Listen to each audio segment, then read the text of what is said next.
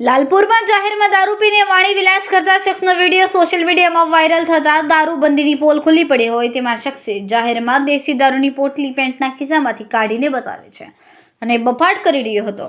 દરમિયાન તેના હાથમાં રહેલી દારૂની કોથળી ફૂટી ગઈ અને દારૂ રસ્તા પર ઢળવા લાગ્યો હતો અને કોથળીમાં બચેલો દારૂ જાહેરમાં જે પી લીધો હતો અને દારૂની કોથળી જાહેરમાં ફેંકીને ચાલતી પકડી હતી. આ અંગેનો વિડીયો વાયરલ થતાં પોલીસ તંત્રની આબરૂના લીરા ઉડાવી રહ્યા છે. જાહેરમાં દારૂ પીને પોલીસને ચેલેન્જ આપી રહેલો આ શખ્સ જાણે પોલીસને ડર ના હોય તેમ પાણી વિલાસ કરી રહ્યો હતો. ત્યારે પોલીસની કામગીરી પર અનેક સવાલો ઉઠ્યા. આ વિડીયોએ શહેરભરમાં ભારે ચર્ચા જગાવી છે. આમ તો ગુજરાતમાં દારૂબંધી છે, તેમ છતાં ગુજરાતમાંથી મોટા પ્રમાણમાં દારૂનો જથ્થો ઝડપાય છે. ત્યારે પોલીસને ચેલેન્જ આપતો આ વિડીયો વાયરલ થતાં પોલીસ તંત્ર હરકતમાં આવ્યું અને નશાખોર શખ્સને શોધી કાઢ્યો.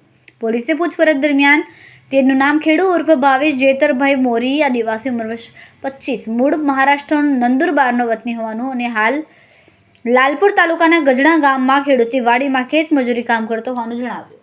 હાલ તેને પોલીસે લોકોમાં હવા ખાતો કરી દીધો છે.